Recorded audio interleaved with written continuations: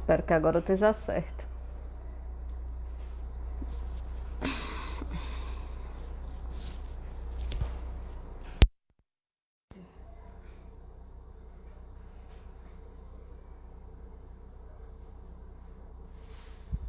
Tá todo torto.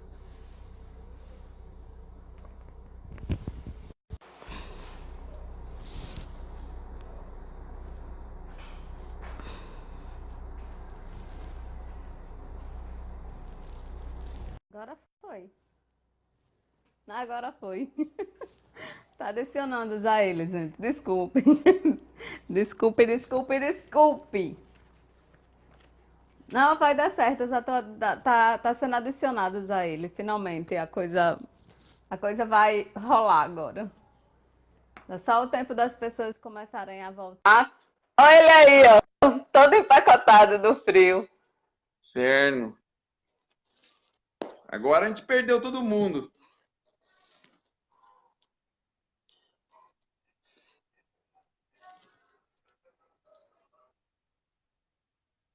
Você Oi, oi, consegue, oi. você consegue enxergar as pessoas? Eu não estou enxergando, para mim não vê nada aqui. Só vejo você. Eu tô lhe vendo. Eu também estou te vendo, mas comentário embaixo eu não consigo ver. Engraçado. O Facebook mudou, porque a configuração não era essa para live.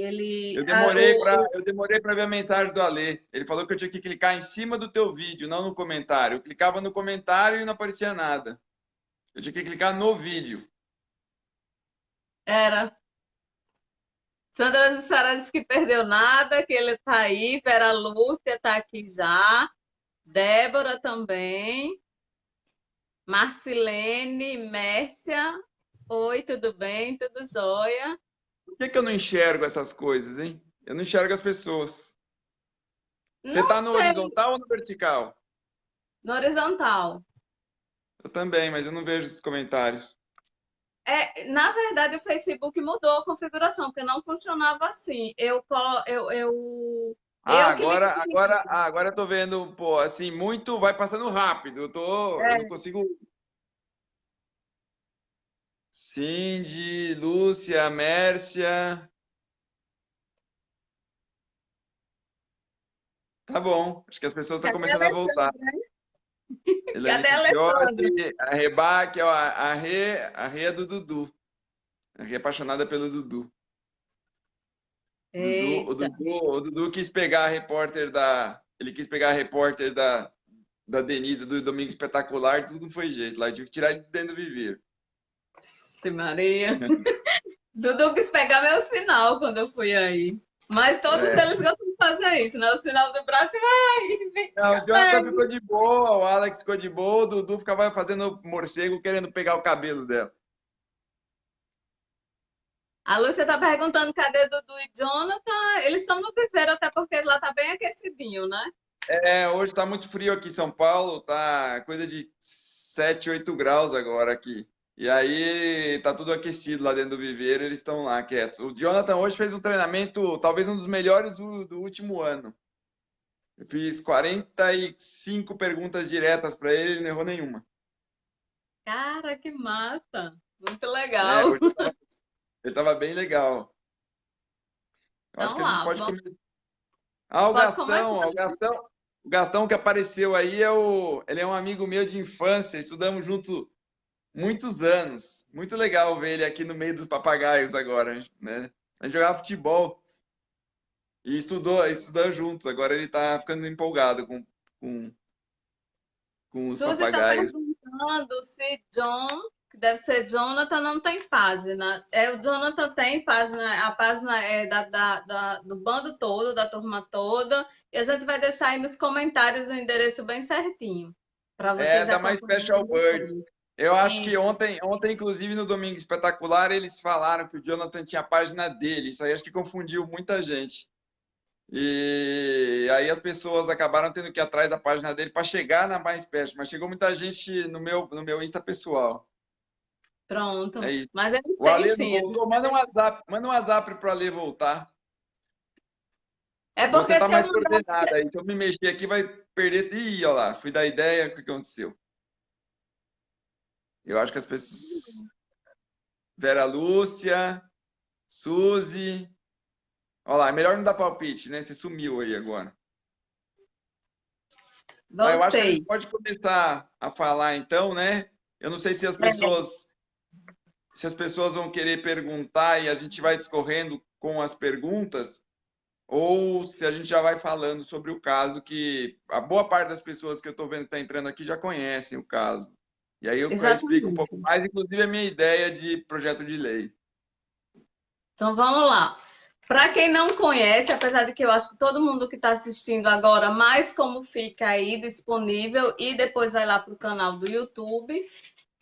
Esse é o Maurício Catelli, um empresário muito bem sucedido e que entrou nesse mundo das aves. E ele, falando um pouquinho para vocês entenderem, Catelli, ele sempre foi uma pessoa de sucesso em tudo que ele faz, tudo que ele se determina a fazer, ele faz muito bem feito e ele se destaca em tudo que ele faz pela inteligência dele. Então, não vou ficar muito aqui saltando firula para Catelli, não.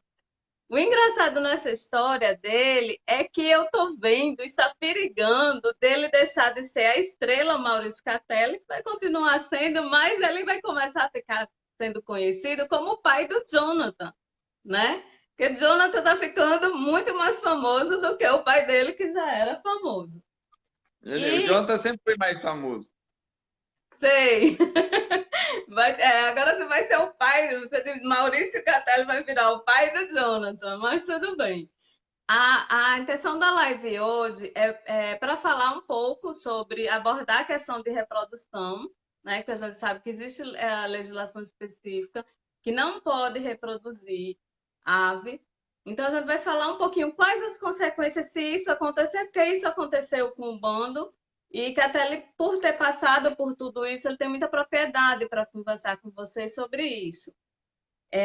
Nesses quase 5 anos do canal, aqui dos canais do Diário do Papagaio, eu fui esse tempo todo abordada muitas vezes, por diversas pessoas perguntando como é que fazia, como é que fazia para reproduzir, porque a pessoa queria reproduzir o papagaio dela, se existia vitamina, se existia técnica, se existia coisas que pudessem fazer para reproduzir. Por diversos motivos, as pessoas sempre se interessaram por esse tema.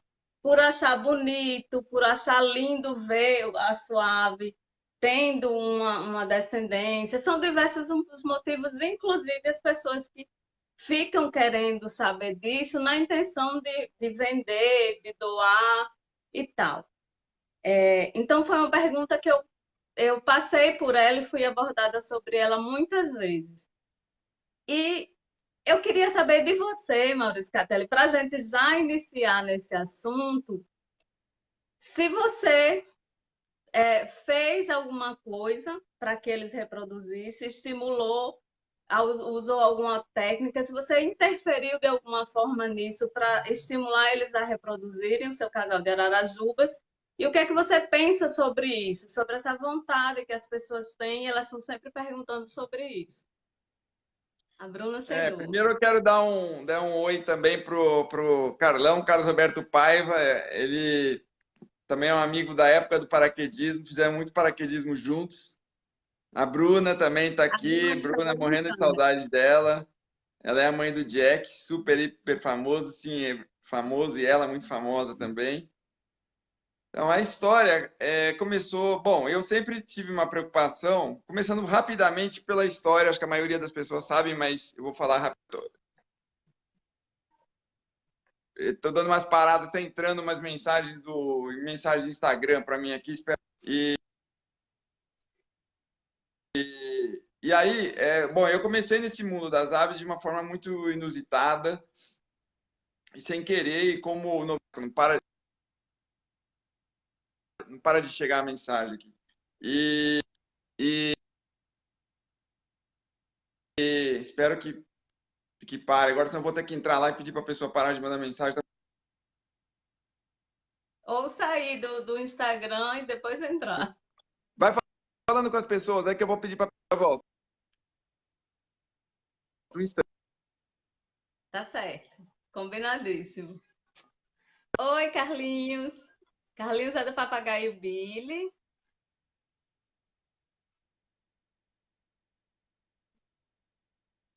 A Suzy Silva está dizendo: acho que no Brasil deve ter mais eventos que promovam mais os papagaios e aves similares, campeonatos de papagaios falantes. É,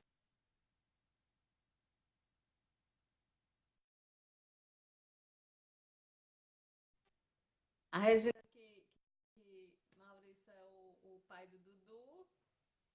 É, né? É o pai do bando todo. É verdade. Também, Dudu é muito. São duas personalidades bem diferentes, né? Eu acho que acabou se complementando. Ah, eu adoro o Dudu, Regina. Dudu é uma figuraça. Eita. Adicionar. Estou adicionando ele novamente para ele iniciar e dar sequência.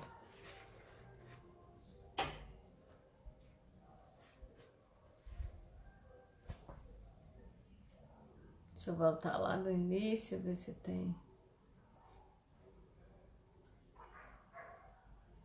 Enquanto ele entra.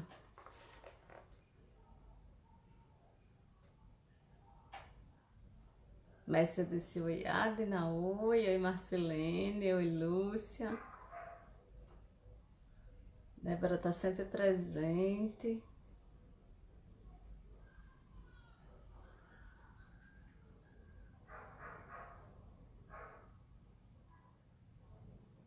Lima Lima tá dizendo boa noite, cheguei atrasado. Nada, Lima Lima. Primeiro a gente teve problema técnico, difícil de entrar. Aí, e agora a gente tá só aguardando o Catelli.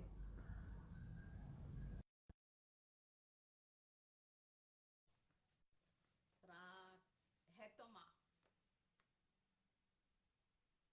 Ah, ele recusou. Ele deve estar resolvendo alguma coisa. Eu vou falando com vocês, é o tempo que vai entrando umas pessoas.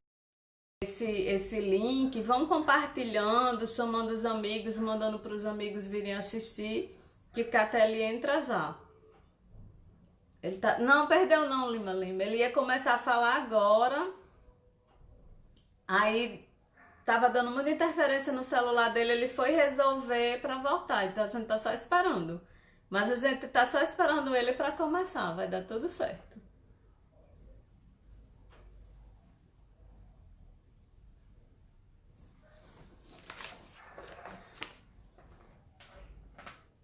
É porque quando eu botei tá sem áudio?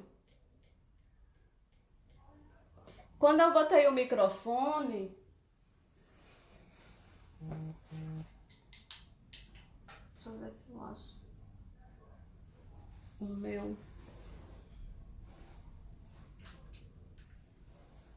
microfone.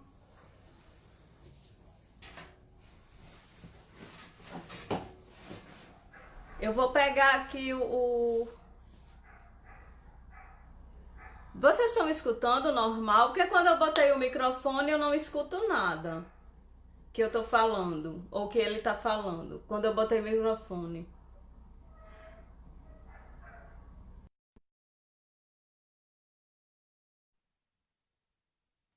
Deixa eu pegar o fone de ouvido.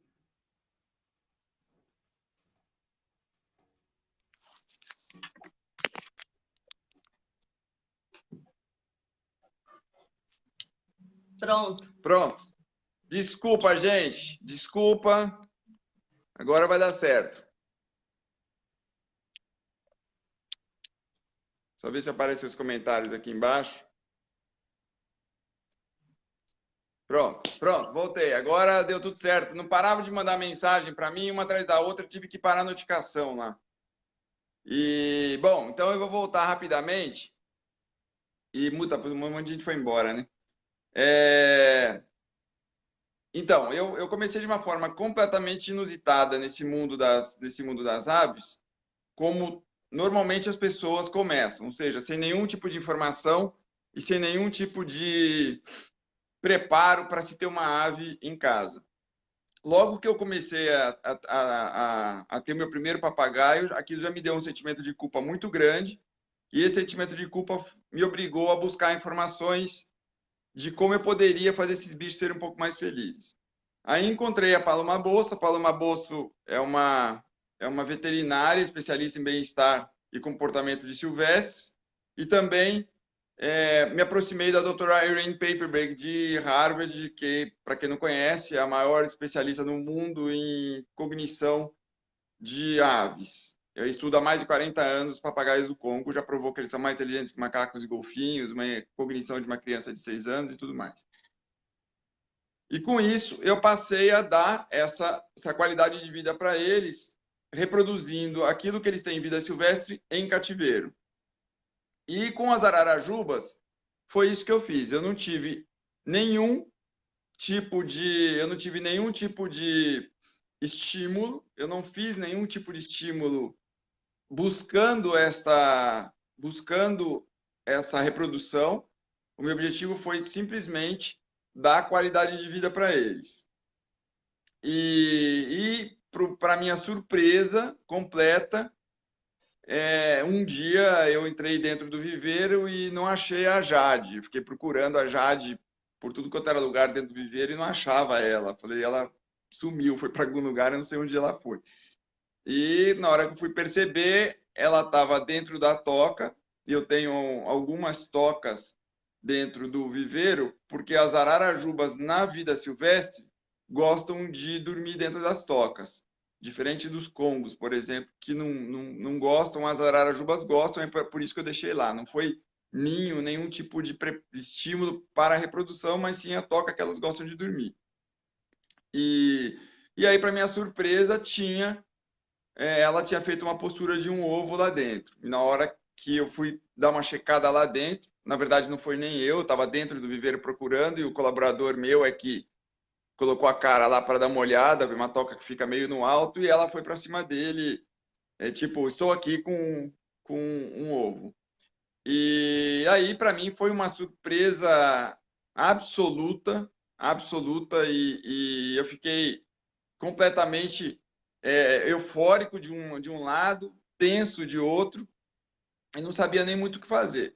Aí eu até liguei para o Pedro Telles, na minha opinião, um grande criador, um dos grandes criadores do país, um amigo pessoal e é um criador maravilhoso lá de Minas Gerais.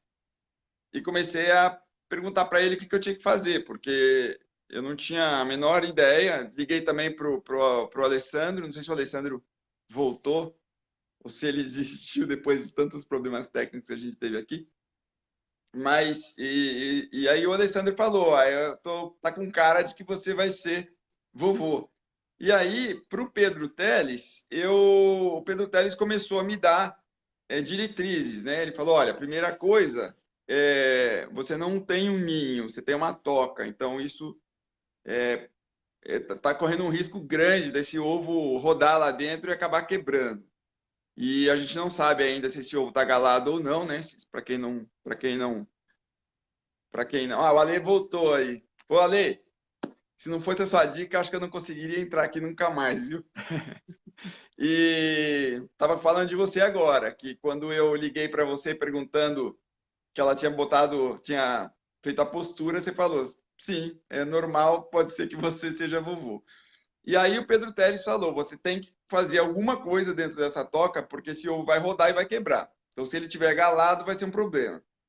Aí o que eu fiz? Eu fui numa dessas pet store e comprei meio que umas palhas e acabei jogando lá dentro, para que ela montasse ali um ninho e prendesse o ovinho.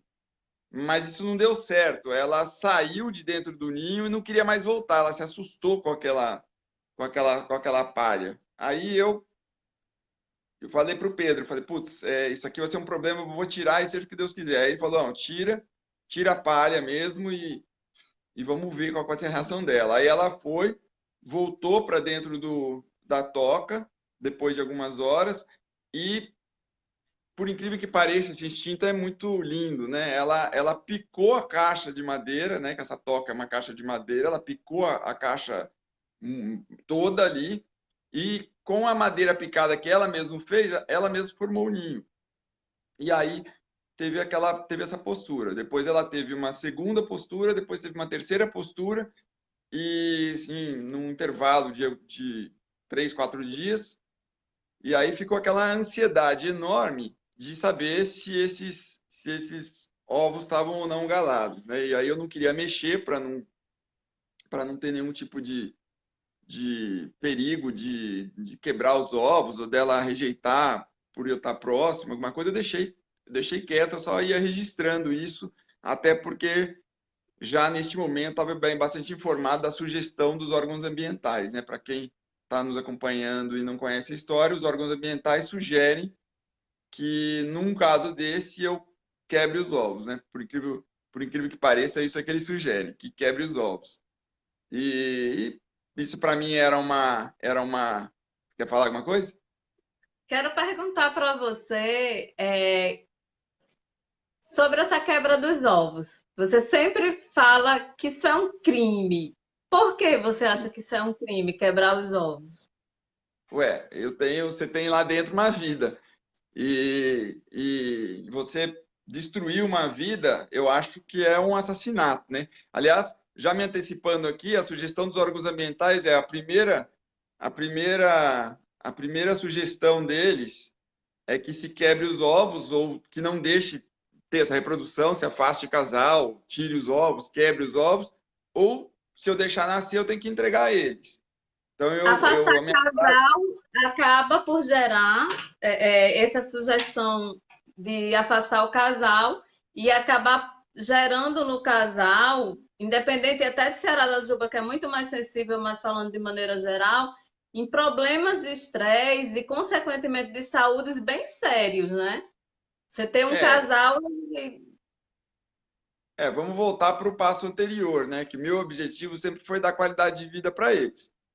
E para quem não está familiarizado com os termos, existe um termo mundial aí que se chama, são aspectos que se chamam as 5 liberdades, né? Então, uma da liberdade é não deixar ter medo e estresse. Segunda liberdade é não gerar desconforto. A terceira, fome e sede. Quarta, doença e injúria. E quinta é você permitir os comportamentos naturais. Então, é uma obrigação nossa permitir os comportamentos naturais. E dando uma qualidade de vida, eles estão com um nível de estresse baixo, com uma saúde adequada, e a reprodução é um comportamento natural. Então, eu entendo que você quebrar os ovos na minha opinião, um assassinato e entregar os bebês a eles depois de que nascerem é uma condenação, porque esses órgãos, infelizmente, não têm condições hoje nem de recursos financeiros e nem de recursos técnicos para cuidar desses bichos. Eu tenho uma condição muito melhor que a deles para isso. E então, continuando só essa história, a dúvida era se a Jade teria, primeiro, se os ovos estariam galados. Então, eu esperei os 26 dias, que é o tempo da Ararajuba, para o bebezinho nascer. E depois de 27, 28 dias, nasceu o primeiro bebezinho, que está tudo registrado em vídeo, inclusive. Depois passou um dia, nasceu o segundo, depois passou mais 2 dias, nasceu o terceiro. Isso, aí tinha um outro pânico, que era se ela ia saber. O primeiro pânico era se estava fértil. O segundo pânico era se ela saberia chocar direitinho os ovos, porque o Zoológico de São Paulo, por exemplo, tentou por 40 anos fazer uma reprodução e conseguiu, tirando os ovos e levando para a chocadeira, porque os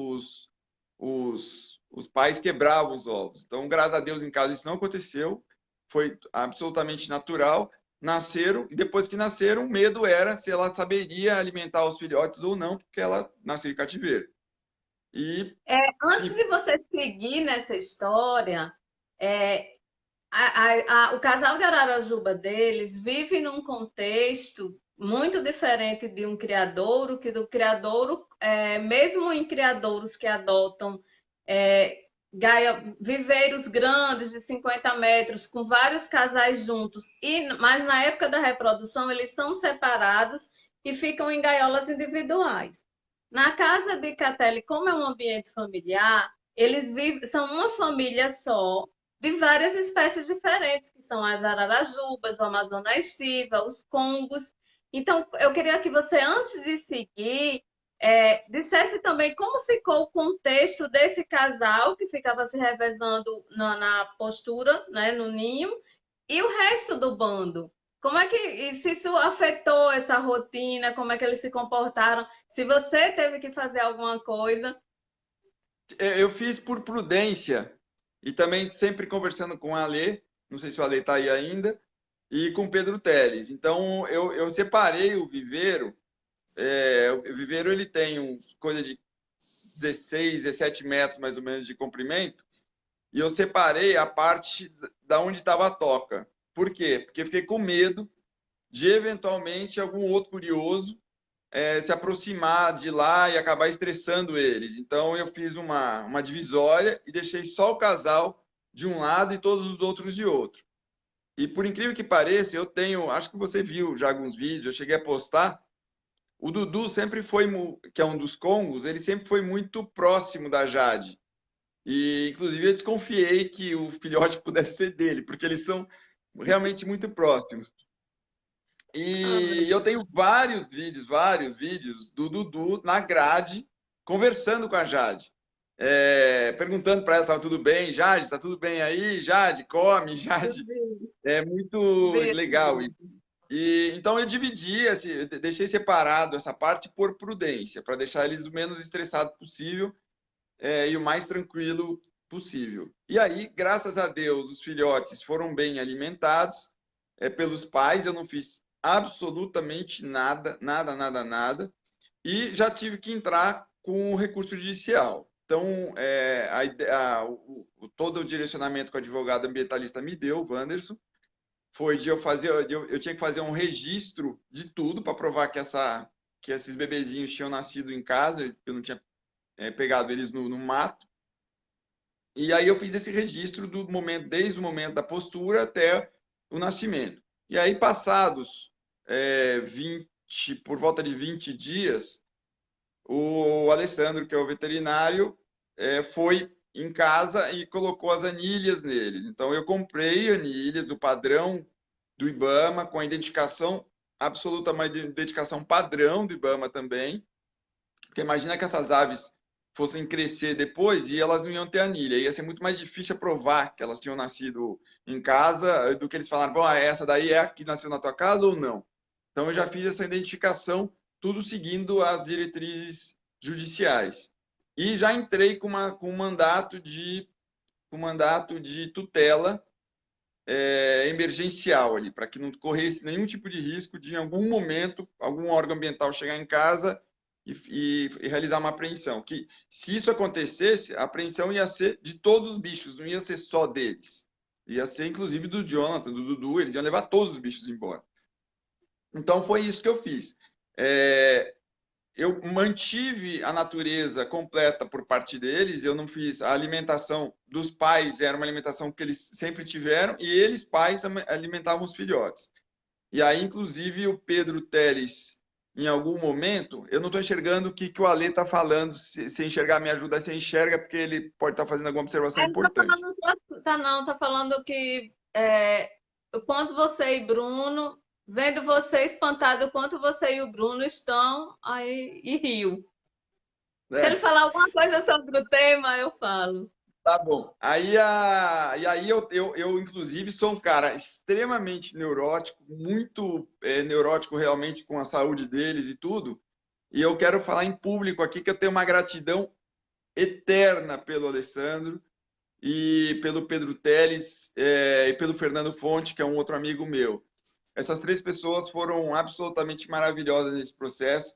Para vocês terem ideia, teve um dia que eu estava tão neurótico que quando eu via eles piando lá dentro do viveiro, e a toca era no alto, então eu não conseguia enxergar.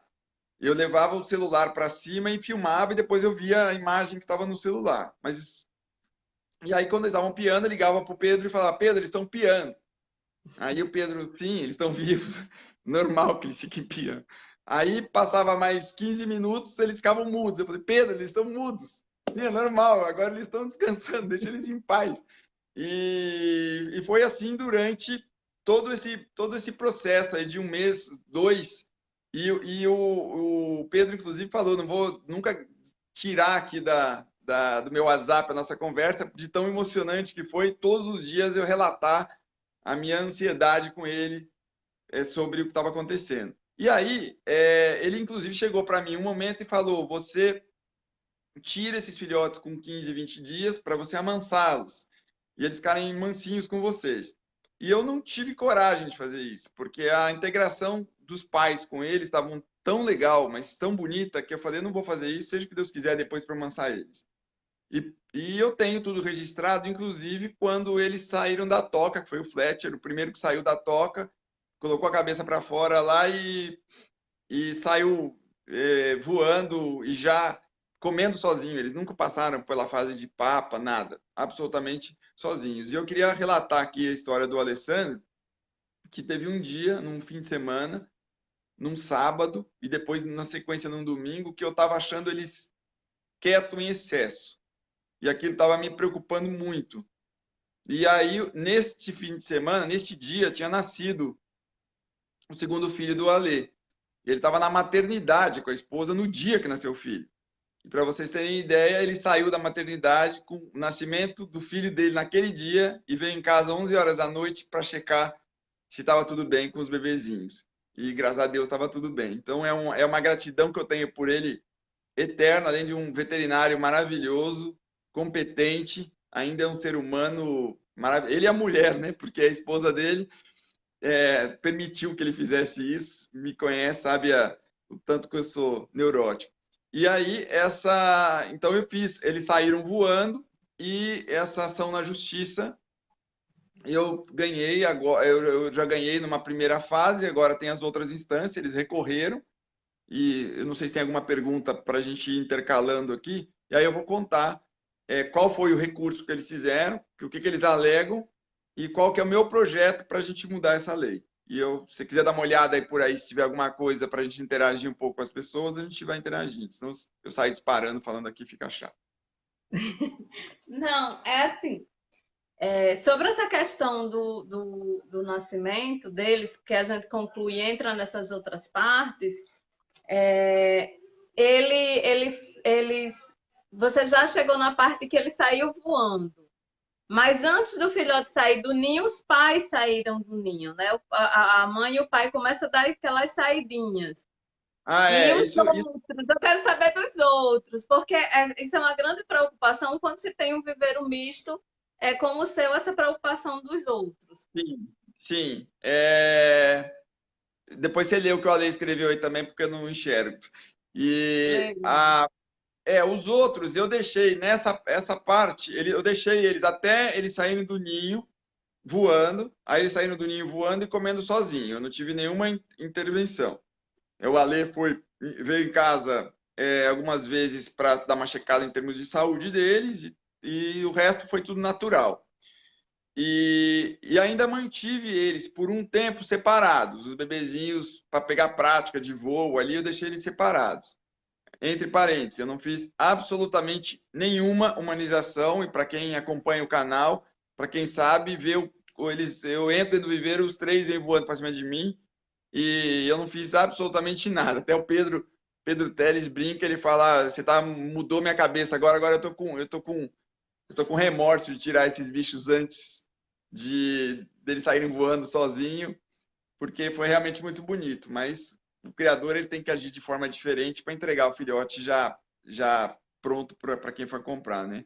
E aí Não, com eu deixei isso eles separados por um tempo e depois eu comecei a fazer a integração deles com o resto do bando. Então, eu ainda num momento separado, eu comecei a colocar os filhotes junto com o resto do bando sobre um monitoramento intenso, porque os filhotes já voltaram na pilha, já saíram na pilha, Por isso que eu chamo eles de bebezinhos terroristas, porque eles estavam... E o Dudu, que é outro terrorista do lado de lá, geraram realmente uma pilha muito forte no bando e sentiram basicamente o Jonathan sentiu muito. Porque o Jonathan ele é muito na dele, ele é muito serenozão dele lá, ele não gosta de muito tumulto e realmente eles fizeram um tumulto. O Jonathan chegou a ficar doente, inclusive. Foi preocupante. E eu acho que esse doente que ele ficou, eu imagino que possa ter sido uma baixa de imunidade por conta desse ambiente que mudou. Aí eu já prevendo isso, eu já estava aumentando, mais que dobrei o tamanho do viveiro por conta disso. Mas demorou um pouquinho para a gente conseguir concretizar a obra do aumento do viveiro, né? Sei lá, coisa de 2 meses. E aí eles foram se integrando com o resto do bando sobre o monitoramento muito próximo que eu estava fazendo. E aí tudo funcionou bem. E hoje a paz reina. Apesar deles serem super, hiper ativos, e eu estou agora preparando eles para o voo livre. E eu tenho uma esperança que eles vão, sim, ser capazes de fazer o voo livre. Tem um lado muito contra, que eu não tenho uma ligação tão próxima deles assim, porque eles são eles são grudados entre eles mais do que eles comigo. Eu quis deixar essa natureza funcionar dessa forma. Inclusive, colocando outro parênteses, eu nunca fui muito favorável à humanização em excesso. Eu acho que a ave tem que ter o bando delas, eu acho que ela tem que ter um instinto delas mantido ali. Mas eu tenho um lado muito favorável, que é a conexão deles muito forte. Então, na hora que eles forem fazer o voo livre, eles vão ter o apoio um do outro e um servir de âncora por outro. Eu vou E ler, assim foi a história. eu vou ler o comentário da Alessandra para a gente poder seguir, certo? Olha, a Alessandra Paloma entrou colocou. também.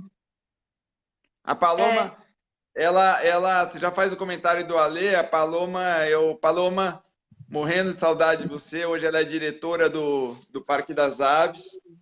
E a Paloma, é difícil falar dela, assim como do Ale, sem se emocionar, assim como da Ágina, que se emocionar. A Ágina não tem muito nem palavras para falar, porque ela é mais do que uma amiga minha. E a Paloma foi quem me deu a luz lá logo no começo, quando eu falei que eu fui buscar uma luz para buscar a qualidade de vida dos bichos. Quem me deu essa luz do sentimento de culpa enorme que eu tinha foi a Paloma. Então, minha gratidão por ela é eterna também. Fala o que o Paloma, Ale falou aqui. Paloma não tem realmente o que falar, não, porque ela é referência, né? No Brasil, em bem estando e mal. No Então, mundo. todos nós somos fãs de Paloma. Paloma Bolsa, gente. É, a Alessandra começa a mensagem com galo, gente, porque isso é uma É o forma jeito que a gente carinhosa se chama. de se tratarem e fica nessa resenha de galo e galo velho aí nessa história, né?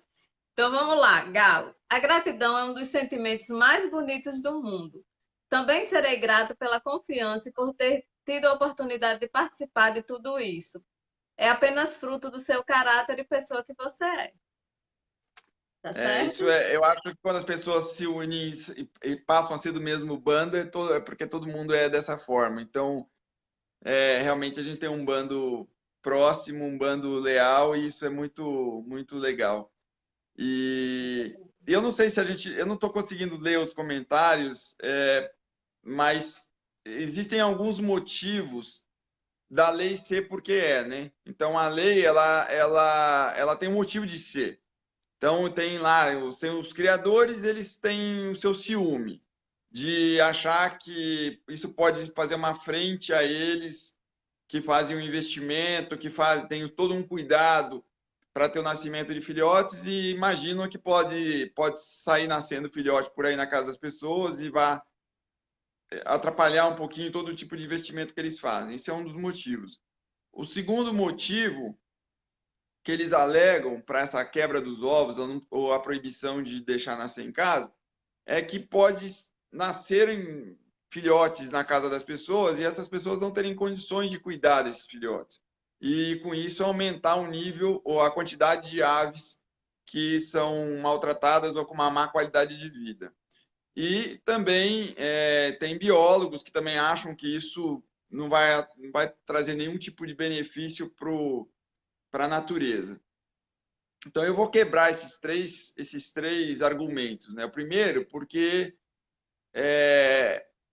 a quantidade de aves que nascem em cativeiro é muito baixa, é um número insignificante para fazer frente a qualquer tipo de criador. Então, eu acho que isso é uma coisa boba. Eu já conversei com alguns criadores e os criadores mais que eu diria que estão mais estruturados e que eu converso mais com eles, eles não têm nenhum medo desse tipo de coisa acontecer. Primeiro ponto é esse. Segundo ponto, o IBAMA do Paraná me procurou para entrar numa roda de discussão e a gente tentar mudar essa lei, que na minha concepção é tosca. E aí eles me sugeriram me dar uma licença de um criador comercial. E para isso eu poderia fazer tudo, inclusive vender. E eu fui contra essa ideia de poder vender, porque eu não acho que um caso como eu ou um caso semelhante ao meu, a gente deva ser estimulado ao lado comercial.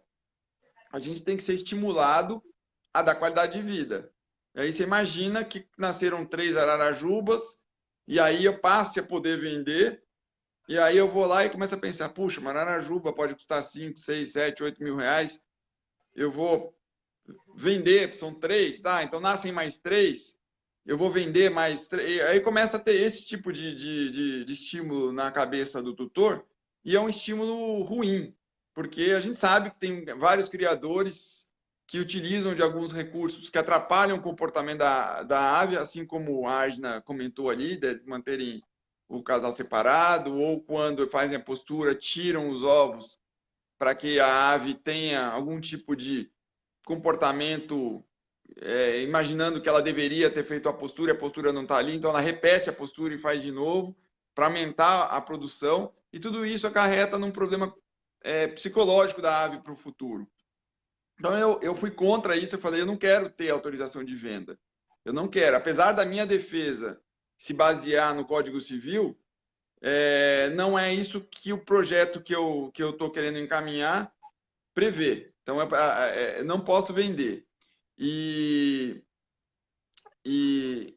eu não sei se tem alguma observação aqui para fazer. Não, o Pablo ele botou assim. Então, esse argumento dos criadores é um argumento que não faz sentido. O segundo argumento, que é o argumento de vai nascerem as aves e as aves estão em casa e elas passarão a ter mais aves com uma má qualidade de vida, suponha que as pessoas não tenham condições, eu tenho um projeto para isso. E aí, eu não sei se é o momento de eu falar já do projeto, mas acho que eu posso falar resumidamente, né? O que você acha?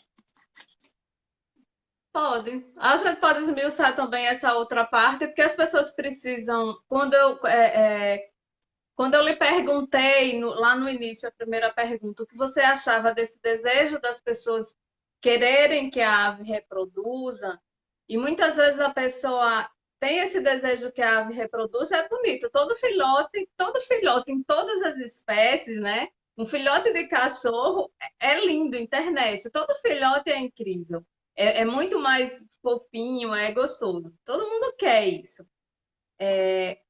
Mas a gente não, o que a gente precisa trabalhar e a deficiência que a gente tem no nosso país ainda muito grande na parte educacional é que as pessoas precisam ir além do é lindo minha ave reproduzir, é lindo ter um netinho, é lindo ter outro filhotinho, mas na responsabilidade que a gente tem perante aquela vida, sabe? Que ela vai viver 50 anos. Se eu tenho condições de cuidar, se a pessoa para quem eu vou passar, né, se pudesse vender ou passar ou ficar, se ela vai conseguir dar essa qualidade de vida. O outro ponto, fale, daí depois eu... O projeto que eu tenho, ele é um projeto que eu tive na minha cabeça e depois eu fui ver que na França ele é mais ou menos parecido, até um pouquinho mais simples. Então, no meu projeto, o tutor tem que provar primeiro que nasceu em casa, obviamente. Então eu tenho que provar que eu não peguei no mato, sim, que são filhos do casal legalizado que eu tenho em casa. Primeiro ponto. Segundo, até aí, eu não tenho licença nenhuma dos órgãos ambientais. Aí eu passo a ter que apresentar um projeto para o órgão ambiental. Esse projeto eu tenho que provar que eu tenho condições de tempo, espaço e dinheiro para cuidar dessas aves pela vida dela. E esse projeto o órgão ambiental vai analisar, assim como ele analisa de um criador, e vai ver se eu tenho realmente essa condição ou não. Apresentei o projeto, provei que eu tenho condições de ter mais 3 ararajubas e cuidar delas decentemente. Neste caso, eles me dão a licença e me legalizam a ave. Ah, eu não tenho condições, porque eu não tenho espaço, eu não tenho tempo, eu não tenho dinheiro para cuidar dessas aves que nasceram aqui. Ok. Então eu passo a ter o direito de doar esta ave para quem eu quiser, ou para um projeto de reintrodução à natureza, ou para a Agna, por exemplo, se eu quiser doar, e ela, a Agna, ou quem receber essa ave vai ter que fazer a mesma prova, que tem condições de cuidar dessa ave, tem tempo, dinheiro, espaço para poder cuidar dessa ave. Veja, hoje, o jeito que a lei está hoje, o que acontece? Ela estimula a ilegalidade. A ave, suponha que eu não quisesse arrumar rolo para minha cabeça de correr atrás de justiça e tudo mais. Então, as aves nasceram aqui em casa, eu teria 2 opções. Ou seguiria a regrinha deles de quebrar os ovos, ou ficaria quieto. As aves nasceram em casa, eu não falo nada. Aí as aves vão estar ilegais dentro da minha casa, correndo um risco de eu ter uma apreensão de todas as minhas aves e também não ter que provar nada em termos de qualidade de vida delas, numa boa qualidade de vida delas, para os órgãos ambientais. Com esse projeto que eu estou sugerindo, a gente vai possibilitar e dar oportunidade para uma ave que teve uma boa qualidade de vida e nasceu em casa, ela passar a ser uma ave legalizada, de acordo com esse projeto que deva ser apresentado, que eu falei há pouco. A obrigatoriedade que os órgãos ambientais dão hoje de que a gente deve entregá-los, caso o bebê nasce, a eles, órgãos ambientais, é um estímulo à corrupção. Então, partindo para a gente tem aí 2 aspectos, né? Você pega muitas pessoas dos órgãos ambientais, são boas pessoas, são pessoas que lutam pela vida dessas aves. Não é todo mundo do órgão ambiental que não presta, não é assim. Existe muita gente boa e muita gente competente dentro dos IBAMAs, dentro das secretarias do meio ambiente. Mas tem 2 aspectos críticos ali. Primeiro, o aspecto de recursos financeiros. Esses órgãos não têm recursos financeiros para pegar a quantidade de aves que eles estão sendo pegos. Então, tem milhares de relatos de dificuldades que eles estão tendo lá dentro. E segundo, que a gente sabe que o ser humano é corruptível. Então, a gente também sabe que existem casos de corrupção. Você entrega a ave ou um bicho silvestre qualquer para um órgão ambiental desse e existe um tráfico interno. Isso é um fato que acontece, infelizmente. Então, dessa forma, de um projeto desse que eu sugiro, você dá a oportunidade de legalizar a ave que nasceu por conta de uma boa qualidade de vida e garante a continuidade da qualidade de vida dela, porque só vai receber a licença se apresentar um projeto desse. Então, eu entendo que esse é um caminho que, na França, o projeto é praticamente a mesma coisa que deva ser feito. A única coisa que lá eles não pedem é que prove que o bicho nasceu na tua casa. E talvez pelas aves não serem de lá, não serem nativas de lá, eles não têm essa preocupação, né? Mas eu acho que a gente tem que provar sim que as aves nasceram aqui para não ter nenhum tipo de risco de gente querer esquentar a ave, coisa do tipo. Inclusive tem o recurso de se fazer o teste de paternidade, né? O Ale está escrevendo exatamente o que eu falei. A legislação atual é um estímulo para coisa errada, infelizmente. Os projetos podem e devem ser criados para uma mudança na legislação. É exatamente o que eu penso. É exatamente. Eu acho que todo mundo que luta contra isso, porque assim, tem gente que fala, mas é o Brasil, não adianta nada, não vão ter como fiscalizar. Não vão... Ok, mas hoje já está o estímulo à ilegalidade, do jeito que está hoje. Eu fiz uma matéria que vai ao ar provavelmente na próxima sexta-feira, pelo Jornal da Record, e a repórter me perguntou, o primeiro caso era Arajuba que nasceu em cativeiro? Falei para ela, é difícil eu falar que é o primeiro caso, porque Tem poucas A- pessoas que tomam uma atitude igual a minha, de ir lá e mostrar publicamente que o bicho nasceu em casa, que eu entrei com uma ação na justiça, que eu estou brigando. Então, é possível que tenha pessoas que tenham quebrado os ovos e é possível que tenha pessoas que tenham deixado nascer e está na ilegalidade o bicho. E aí sabe lá Deus como é que esse bicho está vivendo. E um projeto desse, não só se legaliza, como você garante a qualidade de vida dele futura. É importante deixar claro para as pessoas, eu queria deixar isso bem claro, que todas as vezes que Catelli fala, porque isso é uma bandeira dele, né? Eu até na época evitei estar divulgando e tal, porque dá medo mesmo das pessoas. As pessoas ficam nessa gana. Como é que eu faço para reproduzir e tal? E eu sei, não, isso vai acabar estimulando, porque tem muita gente que não lê, que não assiste live, que não busca informação em vídeo, que não procura conversar com um médico veterinário especialista, por exemplo, ele não vai pegar boas fontes de informação.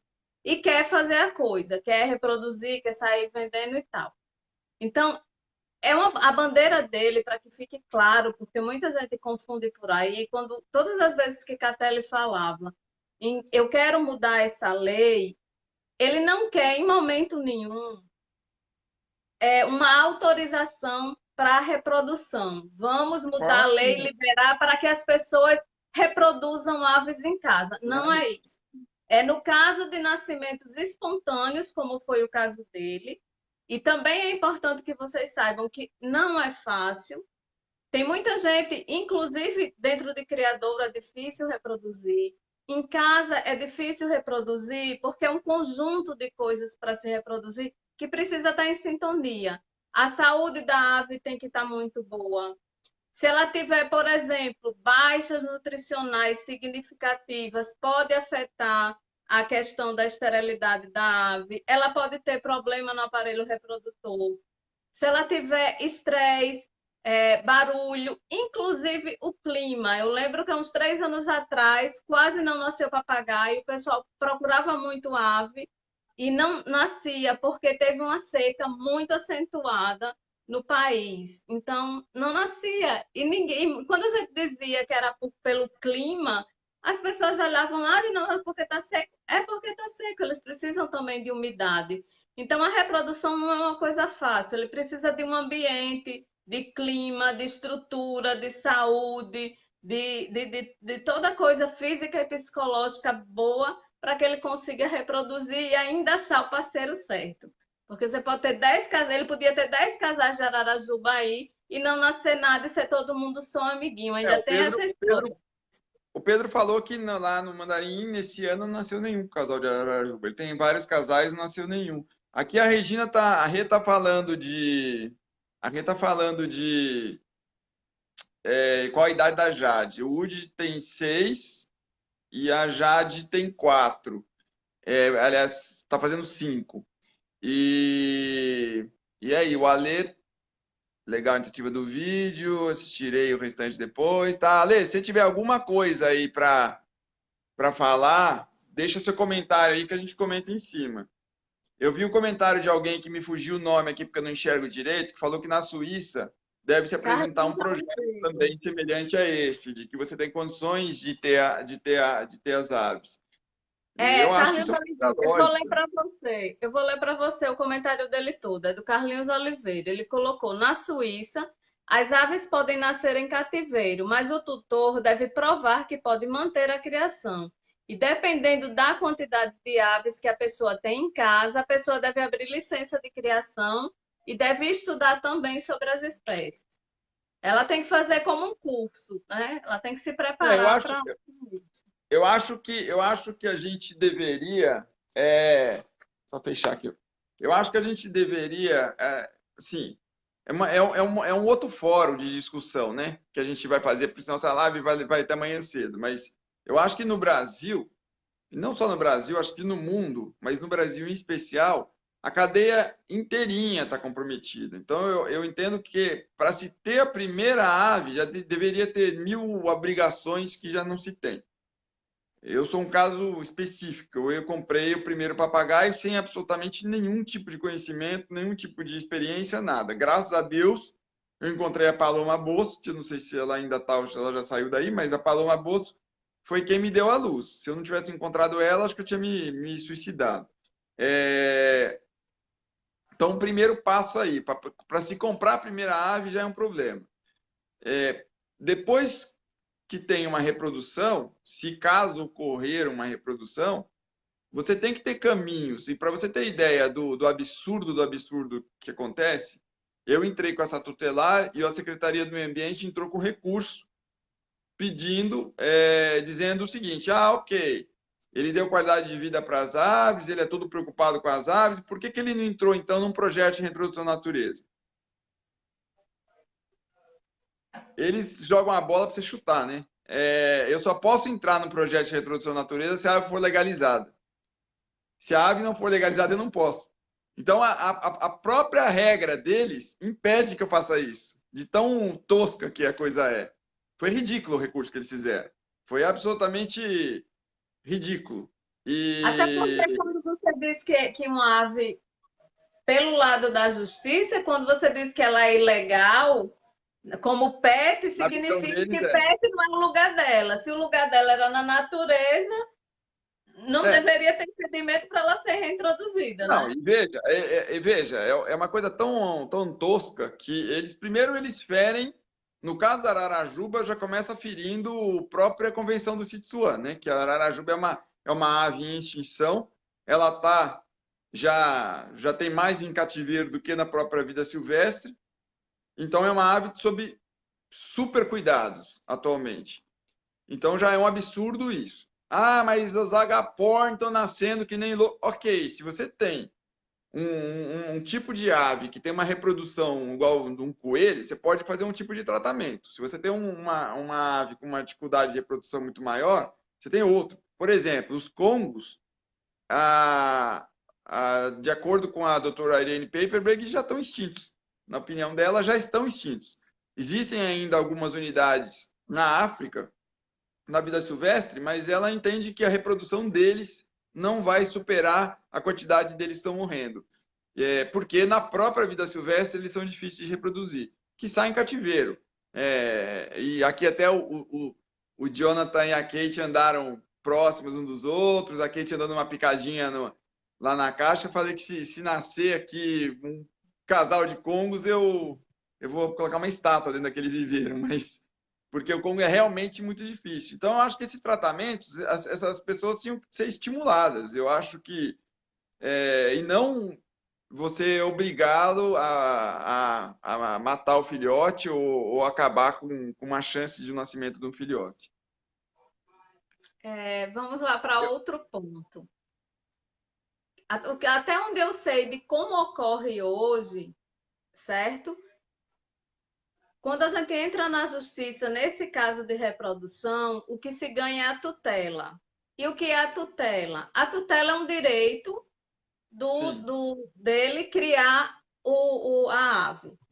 Só que quando você recebe a tutela, que é esse direito de criar, a tutela é uma coisa que ela não é definitiva, né? sim. A ave, ela entende-se que ela é da União e ele ganha o direito de cuidar dessa ave. Qual é o perigo disso? O perigo disso é que isso pode ser revogado, alguém pode lá na frente, um novo gestor mudar tudo e mudar a lei de tutela e não renovar a tutela e você fica meio que tal. Que foi o que uma das perguntas que veio pelo Instagram que o rapaz fez, que se você ainda corria o risco de perder nessa história aí de justiça, de perder esses filhotes. Eu vou seguir porque aí você faz uma resposta só. Eu vou adiante. O seu projeto, o que é que eu entendo que ele prevê e você me corrige. O que você quer do Estado? O filhote é seu, nascido de uma ave que você comprou, entende-se que é seu, né, o filhote, e você quer ter direito sobre esse filhote. O que seria ter direito a esse filhote? Você ter direito à escolha. Ora, se eu posso cuidar dele com responsabilidade, se eu posso cuidar, ele vai ser meu em definitivo, com o mesmo pátrio poder que você tem sobre os que você comprou, sem risco nenhum, sem essa história de tutela, sem risco nenhum de um dia o Estado tomar de você, né? Seria um documento oficial e definitivo, como acontece hoje a adoção de uma criança. Você adota, o filho é seu, não tem risco de depois tirarem ele de você por algum motivo. Então, eu queria saber se esse ponto seria que o seu projeto também abarcaria isso, essa mudança de tutela para um definitivo mesmo, ele dá a ave, tornar ela legal e ser sua. Ou se ele prevê a tutela responsável. Tá, primeiro aqui também quero dar um oi pro Israel. As anilhas vieram dele, padrão dele, padrão top. E, inclusive, eu sugiro para quem tem aves com as asas inteiras voando, que se coloque anilhas, pode falar com o Israel, ele manda as anilhas e você coloca anilhas de identificação, você pode colocar o seu telefone e tudo mais. Isso, inclusive, Essas anilhas já... que ele está falando aí de Israel, gente, é anilha aberta, anilha de identificação. É anilha aberta, Sim, né? Ela não sim. substitui a anilha do IBAMA, é uma anilha aberta que ele vai No colocar. meu, no meu caso, eu coloquei uma anilha fechada com O a ação padrão do IBAMA. judicial, com a intervenção do médico veterinário, que foi o Alessandro, foi ele quem colocou, e teve um atestado dele escrito dizendo: estou colocando anilha com identificação tal, tal, tal, que fará parte do dossiê que foi registrado no cartório de títulos e documentos e também entrou na ação judicial. Então, São mas duas coisas é essa a diferença, separadas, para para ficar vocês não claro. misturarem. É. Para não misturar. É bom que você fica monitorando aí para não confundirem as pessoas. E, bom, eu vou falar o que é o meu projeto, eu vou falar o que é a minha defesa. Hoje, a defesa judicial que nós estamos fazendo, ela tá buscando, primeiro, o aspecto do direito civil, né? Porque o direito civil diz que o que nasceu dentro da sua casa é seu. Eu plantei uma bananeira, a banana é minha, não é do Estado. Isso é o que diz o direito civil, que contradiz com a norma do Ministério do Meio Ambiente. Então, lá em cima, no Ministério do Meio Ambiente, está escrito: não pode ter por finalidade reprodução em ambiente pet. E ponto. Não fala mais nada além disso. E aí, nas secretarias do meio ambiente de cada estado, ou do IBAMA de cada estado, para quem não sabe, antigamente o IBAMA tomava conta de tudo. Hoje não. Hoje tem São Paulo, por exemplo, não tem IBAMA, tem Secretaria do Meio Ambiente. No Paraná tem IBAMA e Secretaria do Meio Ambiente. Tem lugar que só tem IBAMA. E aí, cada estado tem a sua regrinha, mas em geral é essa a recomendação: se quebre os ovos ou se nascer, entregue a eles. O ideal é que, no meu projeto, que mude a lei lá em cima, lá no Ministério do Meio Ambiente. E no Ministério do Meio Ambiente, eu vou ter uma licença definitiva se eu apresentar um projeto que eu prove que a ave nasceu na minha casa e que eu tenho condições de tempo, dinheiro e recursos para mantê-la. Se eu não apresentar esse projeto, a licença não é dada. Eu só vou. A ave vai estar ilegal. Eu tenho que apresentar isso. Ah, mas eu não tenho dinheiro, nem tempo, nem espaço. Ok. Então eu vou doar a ave para quem eu quiser e esse alguém vai ter que provar. Provando, recebe a licença. Não provando, não recebe a licença. Sem direito à venda.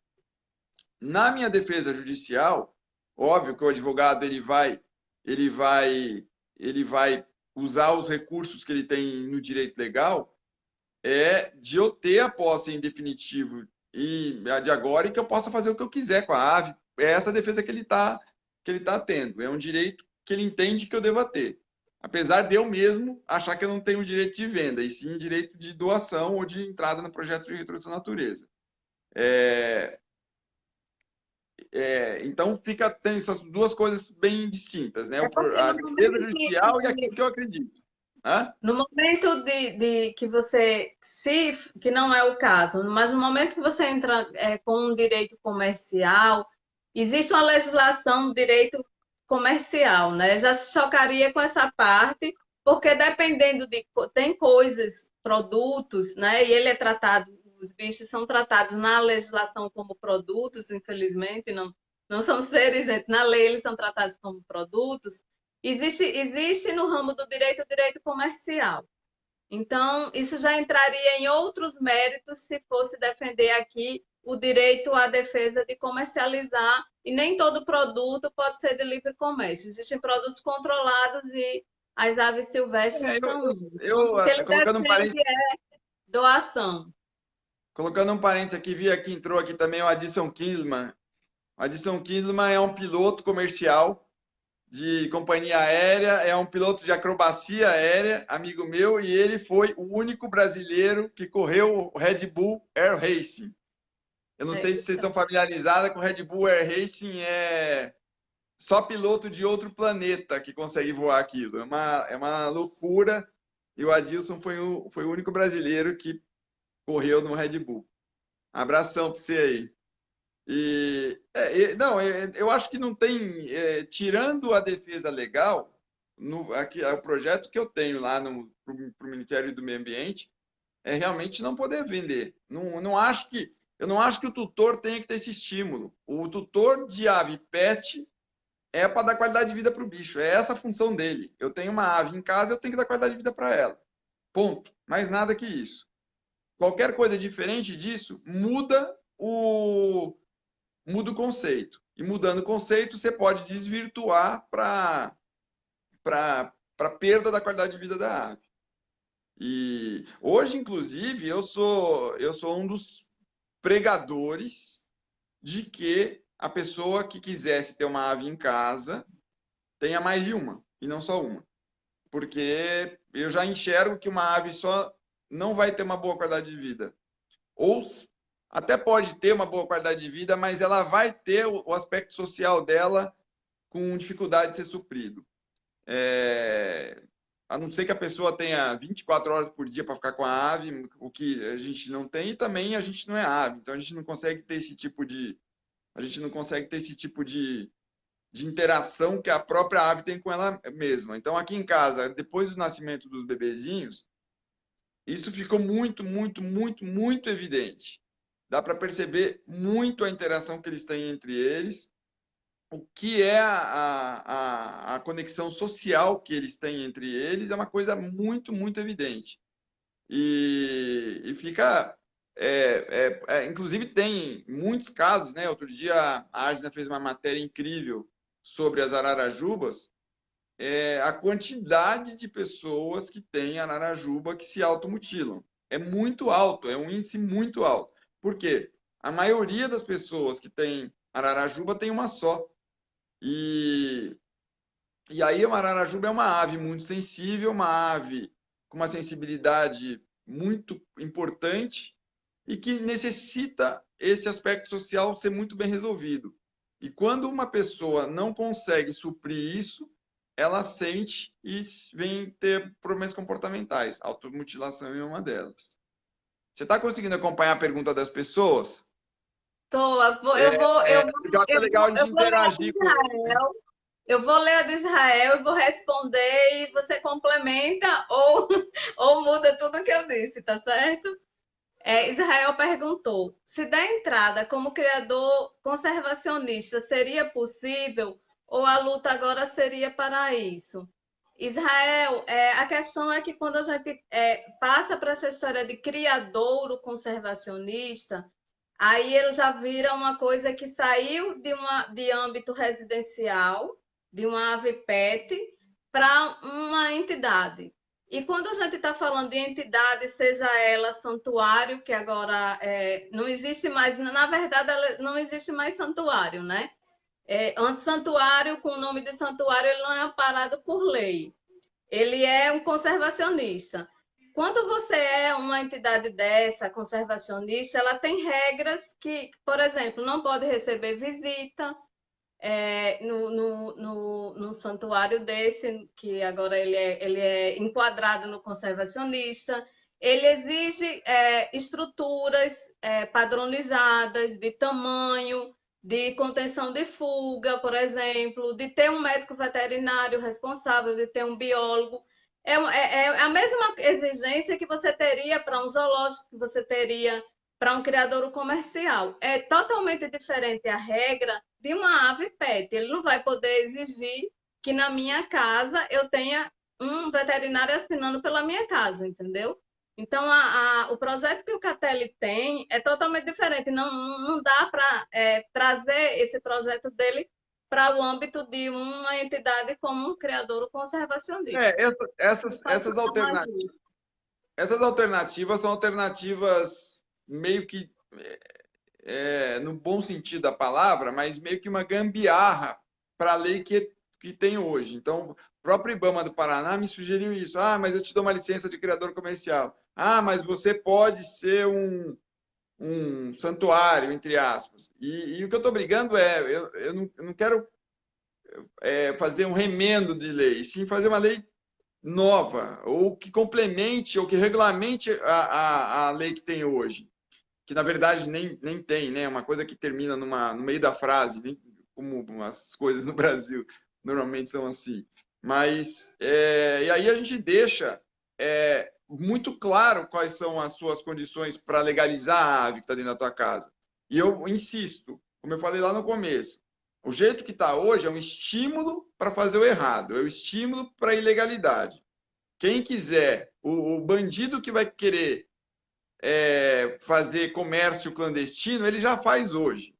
O bandido, porque isso é uma outra argumentação. Ah, mas você vai nascer as ararajubas na sua casa, aí você vai ter a licença, que você vai lá mostrar o projeto que você pode ter dos seus 3 bebezinhos terroristas, e aí a Agna fala que quer comprar, o criador vende por 5, você vai vender por 3 para a Agna. Hoje, isso já acontece, sendo que eu não posso fazer uma venda. No meu projeto, não posso fazer uma venda. Se a Agna quiser comprar de mim, ela vai estar fazendo a ilegalidade que hoje ela já poderia estar fazendo. E como você tem uma regulamentação de lei, eu estou possibilitando, dando a oportunidade de se ter uma ave legalizada, provando uma qualidade de vida dela ou para quem for doar. Isso é um fato. Você falou Aí dois ela falou. aspectos. Você falou dois aspectos do seu projeto, no caso dessa lei ser aprovada, certo? Que seria ou você ficar, caso você tenha condições, seja qualificado, ou você indicar um adotante que também prove que ele seja qualificado. No caso dessas duas figuras não estarem qualificadas, nem você tem interesse, nem você conseguir um adotante. Hoje em dia, o que acontece é que o IBAMA ele faz essa destinação para zoológicos, para CRAs, para reintroduções. Só que você não tem o Domínio. controle disso, você não Isso, tem o domínio disso. isso. Então, por exemplo, se fosse comigo e eu pudesse escolher, se estivesse dentro do seu projeto, e pronto, nem eu quero nem os adotantes, mas eu posso ver qual é a entidade que recebe. Claro, Hoje, claro. qualquer entidade séria, você já conhece quando é ONG clandestina, porque qualquer entidade séria cadastrada ligada ao órgão ambiental, ela não recebe bicho diretamente. Se você for lá e deixar o bicho lá na porta, ela não recebe. O caminho o bicho é entregue no órgão, e o órgão entrega lá, ou o bombeiro faz o resgate e vai deixar lá. Mas o meio que entra seja no zoológico, seja no criadouro, é pelo órgão ambiental, e o criador, o zoológico, a entidade, ele fica com um documento escrito dizendo o bicho, o dia que chegou, quem entregou direitinho. O seu projeto prevê isso também, porque se acontecesse comigo e eu tivesse que destinar ele, eu ia escolher um parque das aves para o meu netinho ficar, entendeu? Que a Não, gente sabe que existem lugares bons, existem centros sérios, sim, existe centro de reabilitação sério, bom, de qualidade, e existem centros que estão não, deficitários, que são verdadeiros depósitos de animais, né? não, o meu projeto ele prevê um direito meu de escolha absoluto. Eu posso, o direito da palavra final é minha. Na pior das hipóteses, vamos pôr um caso pior das hipóteses. Eu não consigo cuidar, eu não tenho para quem entregar, e aí eu vou pegar uma indicação, eventualmente, do órgão ambiental. O órgão ambiental vai dizer, olha, eu tenho esses criadores que podem servir como matriz de ararajuba, mandarim, por exemplo, é um deles. Eu posso sugerir ao Parque das Aves, é uma opção, por exemplo, e aí a decisão é minha de eu fazer isso. Agora, lembrando que o conceito geral eu não quero dar ao poder ao Estado de determinar uma coisa que quem está determinando sou eu. Porque a partir do momento que eu dou poder ao Estado, eu estou, primeiro, tirando uma responsabilidade que é minha, de um bicho que nasceu em casa. Então, é eu que tenho que ter essa responsabilidade, não é o Estado. E segundo, que eu estou dando uma chance à corrupção. E essa chance à corrupção, eu não acho que a gente deva abrir nenhum tipo de espaço para isso. E a gente sabe que isso ocorre. Esse é o primeiro ponto. Segundo ponto crítico, e infelizmente a gente tem que tocar em alguns assuntos, mas eu sei, por exemplo, que dentro de alguns setas estão existindo eutanásia de bichos saudáveis. Porque eles não têm absolutamente o que fazer com bicho sob o domínio deles, porque é aquilo que eu falei no comecinho, eles não têm nem recursos financeiros nem técnicos para cuidar, não tem nada que regulamente você poder fazer uma adoção desses bichos que estão apreendidos ali, é uma coisa meio nonsense para mim, dos grupos que eu tenho de papagaio do Congo fora do Brasil, e espalhados pelo mundo, eu tenho vários grupos que eu participo, eu conheço pouquíssimas pessoas que compraram papagaio do Congo, pouquíssimas. A maioria, 98% das pessoas que eu conheço que têm papagaio do Congo, adotaram papagaio do Congo. Dentro de uma regra bem rigorosa que foi feita para poder pegar esses papagaios que estavam dentro de santuários. Aqui, eu já soube de casos que tem a ave saudável dentro de um centro desse e simplesmente eles não podem fazer nada com o bicho. Aí eles também não têm como cuidar, eles matam. É o fim, mas é isso que acontece. Então, eu E acho que a nossa. a própria reintrodução, às vezes, é preocupante, né? A gente viu, acho que faz 2 meses que a gente viu uma apreensão que o órgão, a ave não chegou nem no órgão. Ela foi retirada da pessoa que estava, as aves que estavam lá ilegais, e no caminho passaram por uma lagoa e soltaram mais de 100 aves que poderiam estar com doença, podem levar doença para os animais Eu acho, da natureza. É bem sério isso. a reprodução, eu acho até que você podia, enquanto eu falo um pouquinho sobre. Eu vi uma pessoa que perguntou sobre asas cortadas ou não, qualidade de vida, ele quis que eu desse uma pincelada sobre isso. Sobre Se você bolir. puder dar uma olhadinha geral aí nas perguntas, para a gente interagir com as pessoas, senão acho que vai ficar chato para as pessoas eventualmente estarem perguntando e a gente não está interagindo com elas. Enquanto você dá uma olhadinha, porque você, apesar de ser mais velha que eu, você enxerga melhor, Sério. Eu não vou contar, não, viu, vovô? Vai lá. Você quer ir a, aonde? eu tenho uma. Você pode ir dando uma geral aí para ver de perguntas que a gente pode interagir com as pessoas. Em termos de corte de asa, eu sou suspeito para falar, porque eu não sou radical ao extremo de não pode de jeito nenhum cortar uma asa da ave, mas eu sou quase que um radical. Eu acho que é muito, muito, muito importante você dar condições da ave ter a asa inteira e a ave poder voar. Isso faz parte da anatomia da ave, isso faz parte da confiança que a ave vai ter, é a locomoção dela. A ave ela tem uma locomoção muito mais natural, utilizando o voo. Tem por segurança, eu tive um caso aqui do Woody, que é o pai dos bebezinhos terroristas, que ele acabou tomando um susto do viveiro, foi para o lado da piscina, a minha border collie foi para cima dele, se ele não voasse, ela teria pego ele. Então, é a locomoção deles de fugir de predadores também. E eu noto claramente, eu tive um caso muito emblemático aqui em casa, que foi da Kate, que ela ficou muito tempo com uma asa cortada, foi a primeira que eu tive lá e eu não tinha esse poder de julgamento, acabei cortando a asa dela e foi uma sugestão que eu tive e ela demorou muito para recuperar essa asa. E é uma ave que depois que voltou a voar, é simplesmente uma outra ave, é outro tipo de comportamento, de confiança, de tudo mais. Já me falaram, mas você tem a ave com asa inteira, você não consegue treinar. O Jonathan voa, o Dudu voa, o Alex voa, todo mundo voa e você precisa saber dar a motivação para eles da sessão de treinamento que você vai fazer, dos estímulos cognitivos que você vai fazer. Se eles estiverem estimulados a fazer aquilo, eles vão ficar quietos fazendo o estímulo que você está dando a eles. Isso faz parte de você dar esse tipo de motivação. Ele também falou sobre voo livre.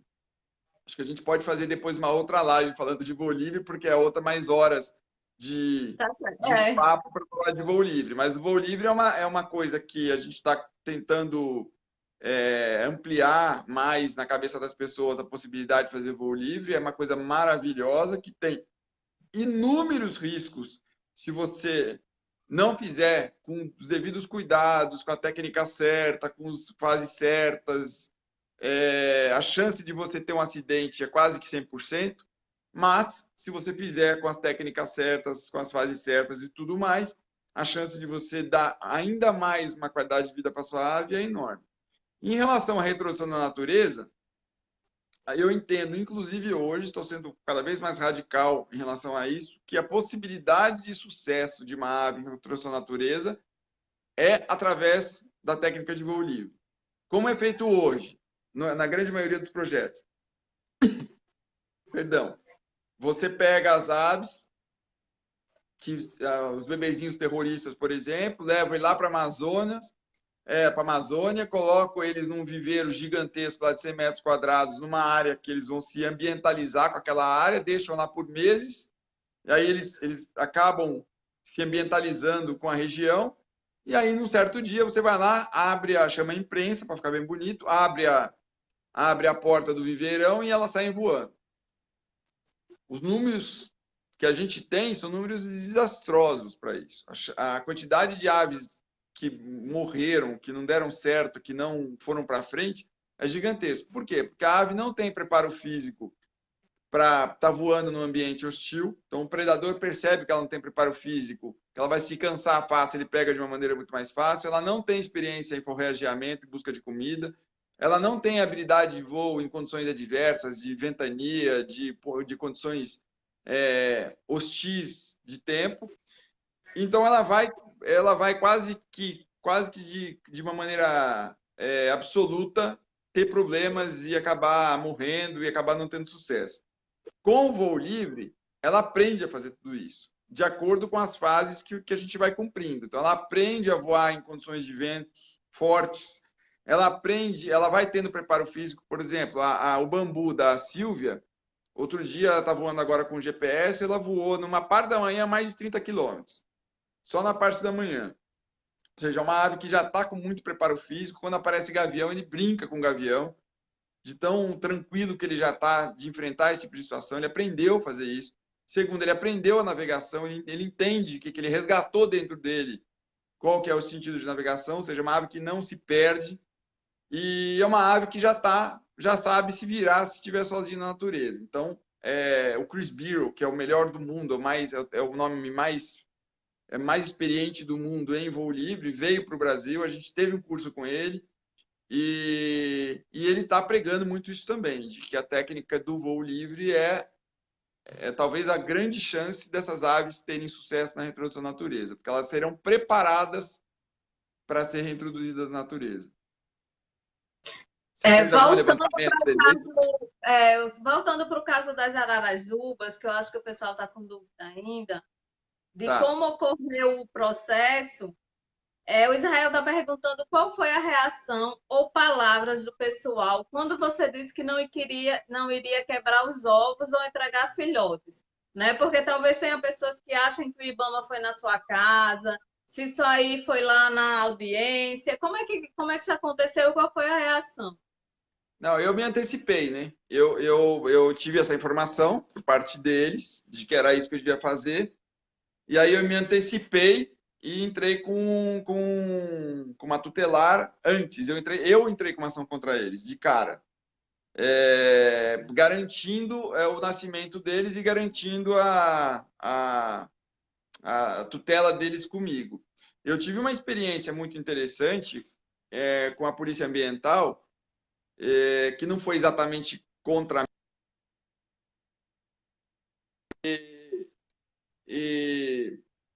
E aí o policial ambiental estava abordando uma amiga minha, a Silvia, por sinal, que ele estava dizendo que o voo livre que o bambu estava fazendo era show, quando a ave está simplesmente voando livre com direito de opção para o que ela quiser fazer.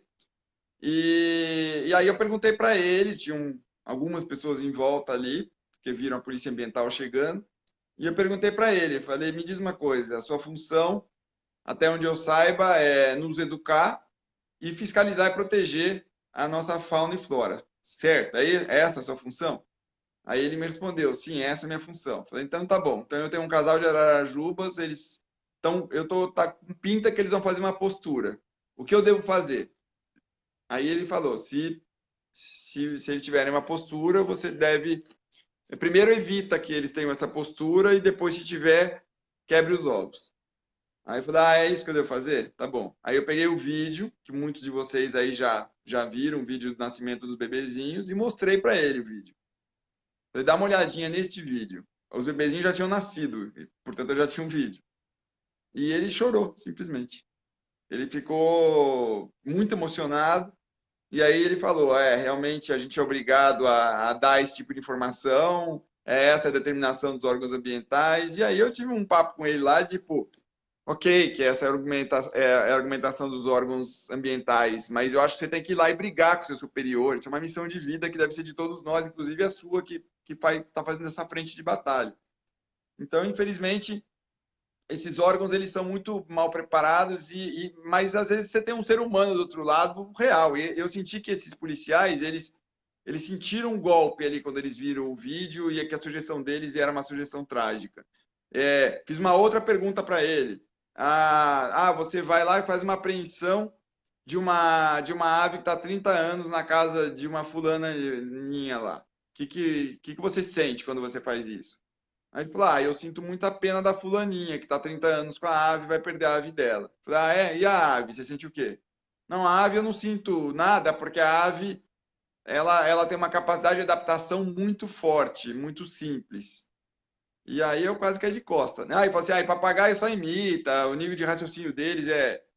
Bom, aí eu falei, papagaio só imita? Então, primeiro que eu acho que você está já quase 40 anos atrasado na ciência. Eu não preciso nem ir na doutora Irene. Eu mostro o Jonathan aqui para você, você vai me dizer se ele está imitando ou se ele está entendendo o que ele está falando.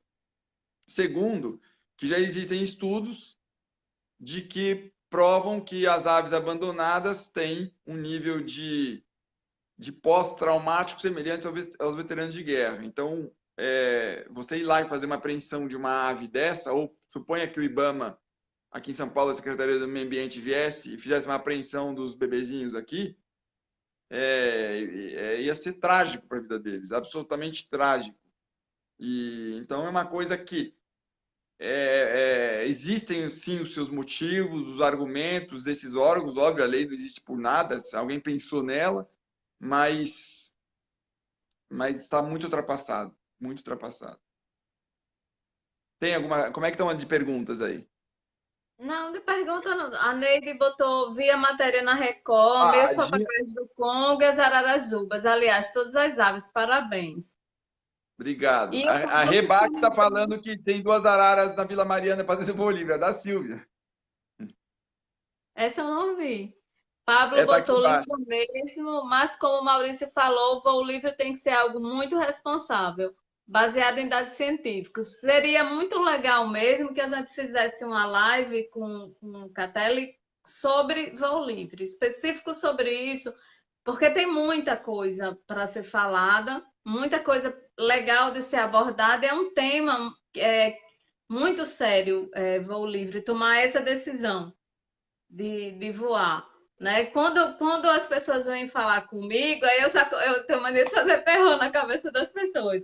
Eu sempre falo na questão da responsabilidade, gente, porque é como se você dá o mundo inteiro para a pessoa, você pegar uma pessoa, levar ela para conhecer o mundo, depois trazer para casa e trancar a porta e dizer que ela nunca mais vai poder sair. Não se faz isso.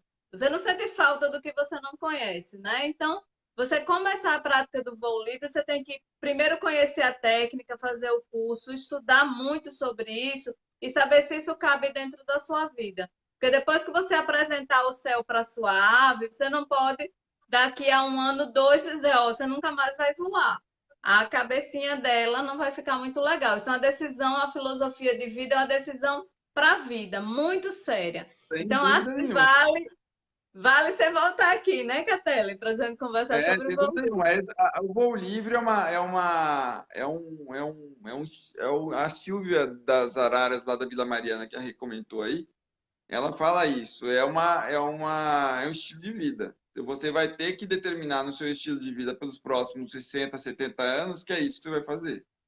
E se você não fizer, vai acontecer exatamente o que a Adna acabou de dizer. A ave vai ter um problema comportamental muito sério, ela vai ter um nível de ansiedade muito sério e tudo mais. Inclusive hoje já acontece, você já tem que ampliar o nível de estímulos e de atividades dela muito quando você não pode voar todo dia. Então, o bambu e hoje a pipa da Silvia voam todos os dias. Mas suponhamos que eu tenho os bebezinhos que eu quero fazer voo livre com eles aqui. Então, eles estão sendo preparados para isso. Eu não tenho como fazer voo livre com eles todos os dias. Eu tenho o meu trabalho, eu não tenho, infelizmente, como conseguir fazer isso. Então, eu vou voar com eles provavelmente nos finais de semana. O período de tempo que eles estiverem aqui em casa, que eles podem voar aqui dentro no viveiro, eles têm espaço para voar, mas obviamente que é um espaço muito menor do que eles vão ter no voo livre. Eu vou ter que ter um nível de atividade com eles aqui, de estímulos cognitivos muito, muito, muito alto. Porque se eu não tiver isso, o nível de ansiedade que eu vou causar neles é muito grande. E então é realmente um assunto sério o voo livre, ele é lindo, ele é emocionante. A gente acabou de fazer uma reportagem lá para a TV Record de que vai passar um pedaço dele é do voo livre, a jornalista Essa ficou. semana, né? A ideia é que vá sexta-feira ao ar. A princípio vai ser sexta-feira. E a jornalista ficou encantada com o que ela viu, porque é realmente muito emocionante. A Gilmara está falando que ela viu a reportagem e achou muito legal e tudo. Eu fiquei, na verdade, a matéria me decepcionou um pouco, porque os meus combinados quando eu faço esse tipo de matéria mostrando a dificuldade que se tem de ter uma ave em casa, a complexidade que se tem de ter uma ave em casa, que não é simples. Você vai lá, compra um papagaio, leva ele para casa e dá água e comida numa gaiolinha e tá bom, tá resolvido, a vida dele vai tá tranquila. E infelizmente, talvez por conta dessa próxima matéria que vai sair no jornal da Record, para uma matéria não concorrer com outra, acabou que eles tiveram uma ênfase de mostrar o lado fofo, entre aspas, do Jonathan respondendo um monte de pergunta e a matéria se perdeu nessa condição de complexidade que é se ter uma ave em casa e também o próprio caso dos bebezinhos perdeu muito peso da ação na justiça, a sugestão de quebra de ovos e tudo mais. Com uma matéria muito mais estimulante para as pessoas terem um papagaio do que o contrário. Mas a gente não tem muito domínio sobre o que sai na TV, né? Infelizmente. Tem É. mais algumas Eu acho perguntas aí? Como é que estão? que tem não. Só os comentários, parabéns, essas coisas. O pessoal encantado. É, eu convido vocês a acompanharem tanto o canal Diário de um Papagaio, como a Mais Special Birds do Maurício Catelli, porque, gente, na verdade, é educação, né? Criar aves é a mesma coisa de criar filhos, é uma ação continuada educacional. E a gente vai aprendendo junto, e por mais que a gente pegue o livro inteiro e leia ele numa noite, ou você olhe todas as matérias do canal, sabe? Faça igual temporada de filme no Netflix, né? Eu tenho essas de sumir do mundo, passar 2 dias no filme. Mesmo que você pegue a página de Catela e faça isso, você não consegue assimilar tudo. Você vai precisar ficar voltando. Então, no momento que você cria como hábito acompanhar esses canais, você vai construindo esse conhecimento dentro de vocês e vai aprendendo essas noções de manejo que ele tem. Eu sempre brinquei, quem deu esse nome de encantador de aves para ele foi eu, que ele encanta as aves e encanta as pessoas. Mas, lógico que eu sempre disse a ele que não é só técnica, não é só conhecimento. Catelli tem dom, ele tem algo a mais, né? Mas também a parte da técnica e do conhecimento de tudo que ele estuda, de todas as informações científicas, com profissionais, tudo, esse conjunto faz a pessoa que ele é. Ele conhece tanto quanto vários profissionais que têm formação acadêmica na área. Então, a melhor coisa que vocês podem fazer são acompanhar canais assim todos os dias, ou sempre está alerta, coloque lá o Ver Primeiro, lá na página dele, que é tudo que ele postar, vocês vão ver, para que vocês vão crescendo e, sabe, melhorando a qualidade de vida da ave de vocês. E no momento que a gente compartilha, a gente vai mudar o mundo. A gente consegue mudar o mundo assim, pouquinho.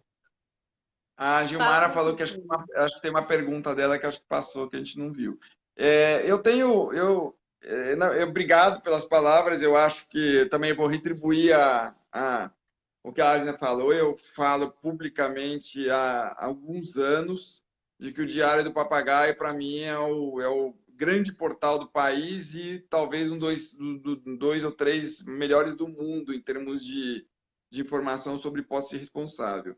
Eu tenho tem algumas pessoas que me perguntam, ontem, por conta da matéria do Domingo Espetacular, inclusive eu recebi trocentas mensagens, me perguntando como faz o treinamento, como é que se treina a ave, tudo, e eu tenho sempre muito cuidado de falar isso, porque é, as aves, o treinamento, ele é parte do estímulo do enriquecimento ambiental. Então, nós temos um enriquecimento ambiental, lembrando, 5 aspectos fundamentais, né, que são o aspecto físico, que é onde as aves estão. No meu caso, aqui o viveiro, por exemplo, que ela tem espaço para voar, para tomar sol, chuva, quando quiserem. Os aspectos sociais, que é a relação social que elas têm entre elas, entre o próprio bando e o bando e nós, humanos. Os aspectos de estímulos cognitivos. Este aspecto de estímulos cognitivos é que entra o treinamento do Jonathan e do Dudu, por exemplo. Mas eu faço com as outras aves também, mas eles é que são os mais conhecidos porque eles verbalmente eles respondem perguntas.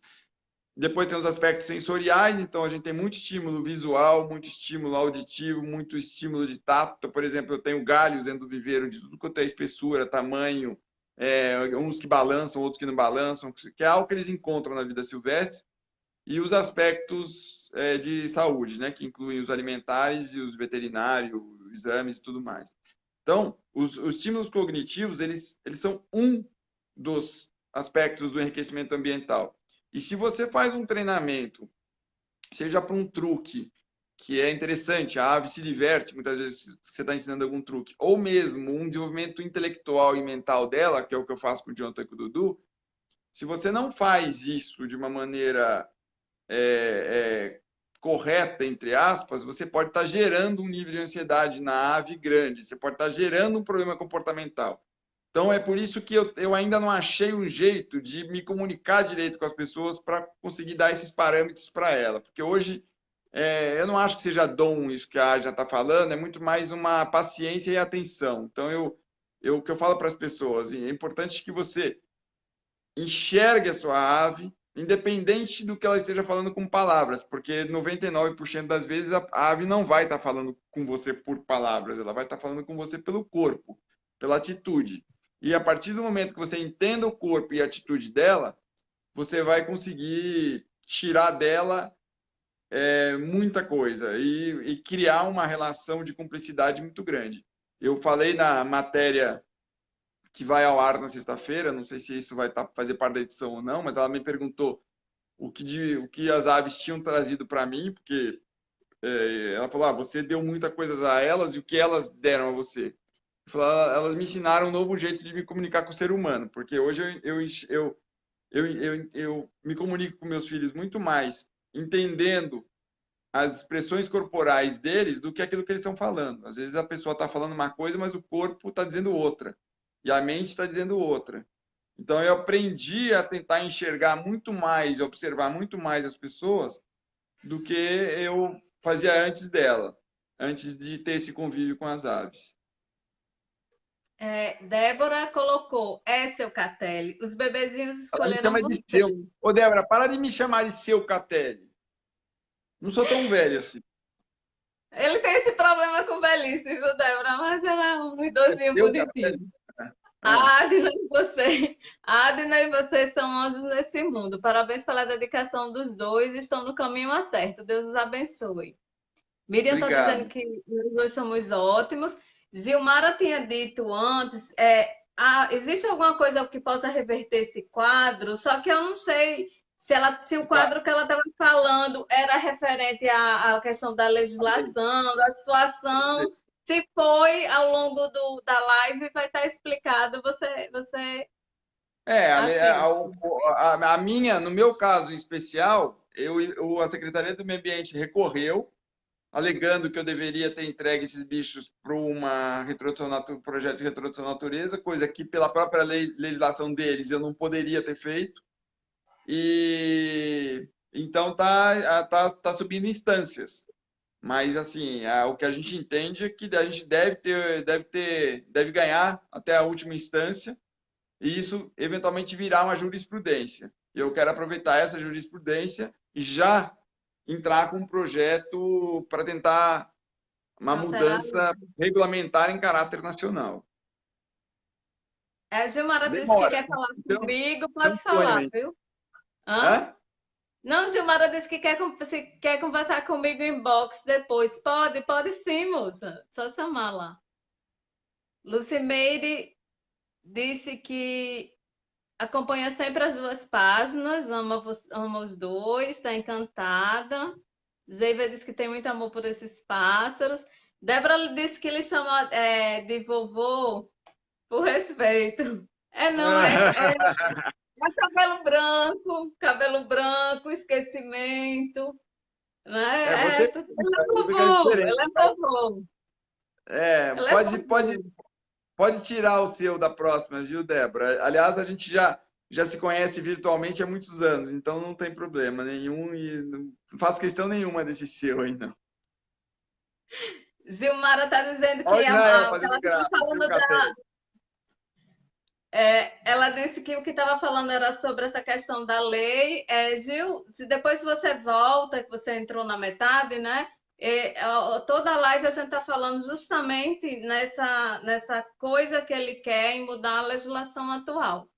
Tem jeito com muita batalha, a gente sabe que a lei ela não depende só da nossa vontade, mas da junção de todo mundo, de se fazer projeto, de se buscar políticos, porque são eles que fazem no final, tudo vai terminar lá na Câmara, é um conjunto de ações. Mas que os tutores, o pessoal das aves, tem que ajudar nessa força para que também quem faz a lei sinta que é uma necessidade popular, uma necessidade das pessoas que Sim, criam. o que eu estou tentando aproveitar essas TVs que têm feito matérias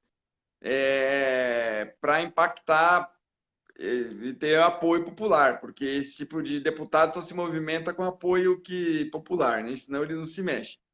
E as TVs têm. Ontem foi uma pena, porque no Domingo Espetacular eles falaram que a lei proíbe, mas não deram um impacto que é a quebra dos ovos. A quebra dos ovos é que dá um impacto muito grande nas pessoas em vendo os bebezinhos nascerem, né? A Rê está dizendo aqui que ela aceita a doação do Dudu. A Rê é a maior fã do Dudu. O Dudu é popular, né? Ele, ele é o mais popular do bando, talvez junto ali com os terroristas, e porque ele apronta todo dia, ele faz graça todo dia, ele faz o que ele bem entende na hora que ele quer, e ele é o mais popular, mas a Rê eu acho que é a maior fã dele de todo mundo. Hã? Dudu é um bom vivan, sabe? Ele nasceu para curtir a vida mesmo. Aquele ali que é o sabido da história e ninguém sabe. Aí o telefone vai descarregar. O Jonathan não acredita as coisas que ele faz, né? Porque ele realmente, nessa matéria que vai ao ar sexta-feira, foi engraçado, porque a confiança toda que eu tenho no Jonathan, de colocar o Jonathan na frente de uma TV e sair perguntando para ele, chegando para a repórter e falando, pode perguntar para ele que ele responde para você, o Jonathan tem uma convicção absoluta de que ele vai responder e pronto. O Dudu depende completamente da vontade dele naquele momento, do jeito que ele quer, se ele implica com a repórter ou não, ele muda o comportamento dele completamente. E nesse dia foi engraçado, porque ela entrou dentro do viveiro e a Cleisla Garcia, que é essa repórter muito talentosa, 12 anos de Jornal Nacional, adora a ave, sentiu muita vontade dentro do viveiro. A gente chegou ali, aí uma hora o Dudu começou, né? Quando ele se incomoda com as pessoas dentro do viveiro, ele começa a falar tchau. Ele fala tchau, tchau. É tipo, sai daqui porque eu já tô. Eu não quero Esvaziou, vocês né? aqui agora. Acabou a E aí visita. uma hora ele parou de fazer isso e começou, aí ele, que a gente tava brincando, aí ele começou com a ideia de passear, né? Que aí quando ele fala que ele quer passear, é que ele quer algum tipo de atividade que faça com ele. E aí ele começou. Aí eu falei, Dudu, o que você quer? Vamos passear? Vamos passear? E aí uma hora ela foi lá, exatamente na hora que a câmera pegou dela falando, ele ficou olhando para ela e não falou absolutamente nada. Num selfie que ela fez para poder fazer uma chamada para o jornal. Esse é o Dudu. Mas para a câmera depois ele fez direitinho. Mas no selfie dela, que estava lindo, ele resolveu não Direto. fazer. Dudu é Gente, eu sangue acho bom, que é isso é aí. isso, né? Hã? Eu acho que deu hoje, né? Acho que deu. Acho que deu. É sempre ótimo bater um papo. Pena que eu me atrapalhei aqui com esse vídeo no início. A gente perdeu quase 20 minutos. É capaz de muita gente ter saído no início ali que perdeu, desistiu, né? Mas foi uma pena. Depois começou a entrar a mensagem de Instagram aqui. O iniciozinho foi um pouco conturbado, mas no geral eu acho que deu para a gente esclarecer as Deu, foi dúvidas. ótimo. E você é de casa, né? Sempre vai estar voltando. A gente Vamos, vamos fica pensar em outro. trocando. Eu gosto muito de fazer junto com você, porque você conduz muito bem, tem um público super seletivo, então é super divertido fazer as coisas aqui. Vamos pensar em outros. Vamos sim. Tem muito assunto. Gente, muito, muito, muito obrigada. Beijo a todos. Gil, pode me procurar no inbox, sim. E a gente conversa, tá certo? Feito. Margarida botou alguma coisa aqui para você. Ela botou: Oi, Maurício, oi, Adna, amo o trabalho de vocês. Sou apaixonada pelas aves e estou com saudades da Cherry. Adoraria conhecer os seus, Maurício. A gente vai deixar aí o endereço da página dele, tá certo, Margarida? Para você conhecer. Cherry tá cada dia mais louca, mas é da espécie. Cherry é uma figura. Abraço a Muito legal. todos. Muito, muito obrigada. Beijo, Maurício. Maurício é do coração, né? Valeu. Tchau. Boa noite a todos. Até mais.